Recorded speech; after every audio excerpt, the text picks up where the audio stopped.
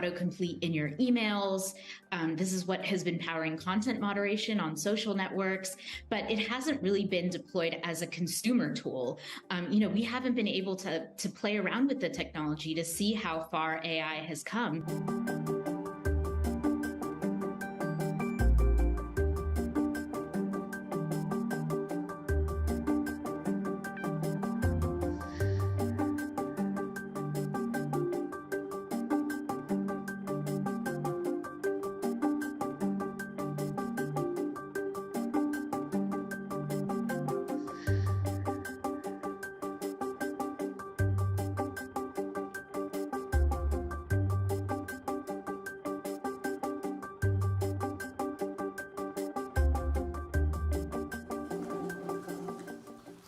Hello again. For those just joining us, I am tech columnist Jeff Fowler. I do not have any more deepfake senators or three-legged cats for you. However, I have something that I think is even better. Two of the smartest people I know about artificial intelligence. On this side, we've got a tech culture reporter, Nitasha Tiku, and then news analysis writer Will Oremus. They have been leading our coverage of artificial intelligence here at the Post, and hopefully they can say the things out loud that maybe other people don't want to say about what's really going on. So let's get started. Will, I've got a question for you. You are exploring and using all of this technology, trying to figure it out. What advances and capabilities of AI that you've seen in the last year have shocked you, surprised you, alarmed you? So I've been shocked, surprised, and alarmed by just about everything that's come out since Midjourney and DALL-E, so including ChatGPT. I know that Nitasha was not as shocked because she had been following more closely all the developments behind the scenes that led up to the sort of consumer launch of these generative AI products. I think what's shocking about them is how human-like they seem. They do things that we previously thought only humans could do and machines couldn't do. They can hold a conversation with us on just about any topic. They talk like Senator Schumer. Talk like Senator Schumer. They can draw a picture of anything, a photorealistic image of just about anything. And I think that's also the danger. I mean, in some ways, they're a realization of this idea that Alan Turing proposed 75 years ago of a machine that can fool us into thinking it's human, right? It's almost indistinguishable from a human, at least in certain contexts. And that's amazing, but it's also dangerous. It's also, I think, the problem, or at least part of the problem, is the capacity for deception. I mean, these generative AI tools, because they can pass themselves off as human, raise all kinds of novel problems. One of the recent ones that we wrote about at the Post was voice fakes, which you have demonstrated so helpfully earlier today. But they're being used in the real world. So in the Slovakian elections that happened a few weeks ago, there was an audio clip that went around virally on social media by Slovakian standards that seemed to show the Progressive Party leader discussing a scheme to buy votes from the country's marginalized Roma population. And it sounded like him. It sounded like a prominent journalist that he was talking to. It seems to have fooled lots of people. Whether it influenced the election, who knows? But we're going to see more and more of that because this technology is so good at mimicking humans. Mm-hmm. So, Nitasha, we've been talking about how great a lot of this technology is.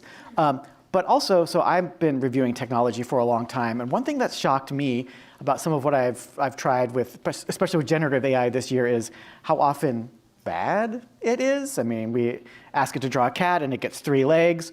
I was testing a chatbot for teenagers that gave me advice about how to hide pot from my parents. Used to be that when giant Silicon Valley companies put out products, they made sure they were perfect before they came out. Now we seem to be just fine with putting out stuff that has all sorts of problems. Why is that, Nitasha? Like, why did they lose their shame about the quality of their products? Well, I think that's something we've only seen in the past year. If you look at, this technology has been around for a while. If you go all the way back to 2016, when Microsoft launched its chatbot, Tay. That's right. This was really influential in the way that a lot of tech companies thought about what was acceptable, because within 16 hours or so, they had to take it down because it was put up on Twitter and it was spewing hate speech and offensive speech. trolls got to it, and it was really, like you said, kind of shame its bad publicity. But what really changed in the past year is not necessarily OpenAI's technology. Actually, Anthropic also was like just about to put out a chatbot, but it's its strategy towards release, and this argument that they've championed, that you need to put this technology out into the real world in order to really understand its harms. And that has opened the floodgates for Google, Microsoft, Meta, everyone else, not just lowering the bar to launching, but also keeping the products up when things are going wrong. So it's an arms race? It's a race. It's a race. Let's say it's a race. I'll call it an arms race. So that means, it means that, the thing that's stopping risky products from coming out to the public is, a company's appetite for bad publicity, and like their competitive streak. So, I think that's somewhat alarming. So, Will, we know these products have problems, and yet companies are still buying them and using them and building our world around us with them. Why is that? What is the implication of that? Yeah, I mean, you'll hear AI enthusiasts who are convinced that AI can do just about anything that a human can do, just sometimes better, and then you'll hear skeptics who say, well, they've heard about all the flaws and the limitations of these systems, and they say, well, these will never be of use. Why is there all this hype? It's just a parlor trick.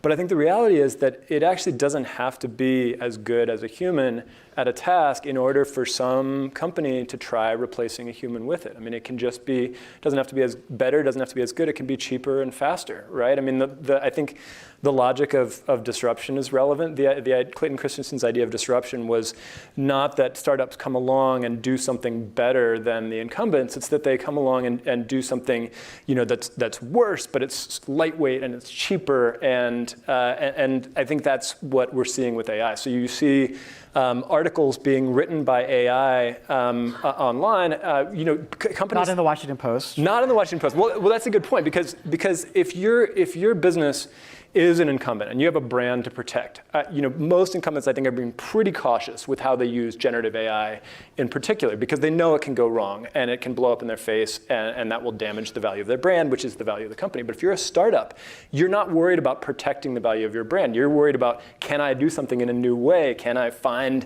some margin or scale here that the incumbents can't do? And so you see now there are content companies. I interviewed one for a story I did that's using AI to write horoscopes, to do interpretations of dreams, and we're even seeing some that are using AI to write news stories, sometimes bogus news stories, but they get clicks, they make money, and it's so cheap. It doesn't have to be good as long as you can get enough clicks to get the ad revenue or the affiliate link revenue or whatever it is. And how does that impact our economy then, when the web is being filled with cheap, possibly inaccurate stuff? Yeah, I mean, I think one of the big questions is, how does it affect the information economy, right? Yeah. I mean, we've had this system for 20 years where you go to Google and you look something up and it sends you to other websites, and you can see the source of the information and you know who wrote it. Increasingly, people are going to be asking questions of AI, whether that's on Google or Bing or ChatGPT, and getting a response from AI, and maybe cutting out the middleman of the people who actually, the professionals who actually create the content. Still worth clicking on those Washington Post stories, folks, just to put in a little plug. Okay, Nitasha, so AI has to be trained. It has to learn. It's not a human, but it has to learn from somewhere. Where does the data come from that is feeding all of these, and what are the implications of that?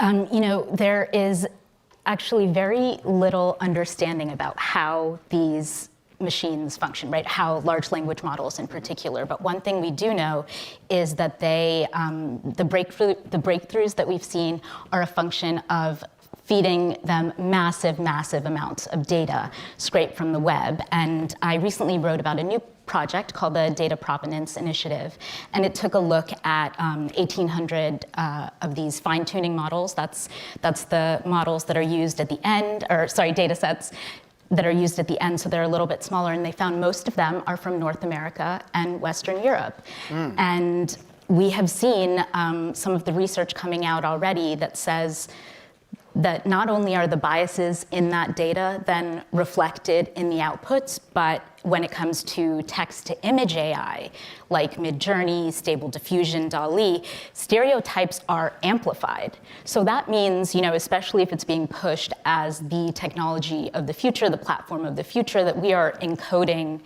biases, possibly from outdated links on the internet. These scrapes, the web scrapes that they use are really indiscriminate.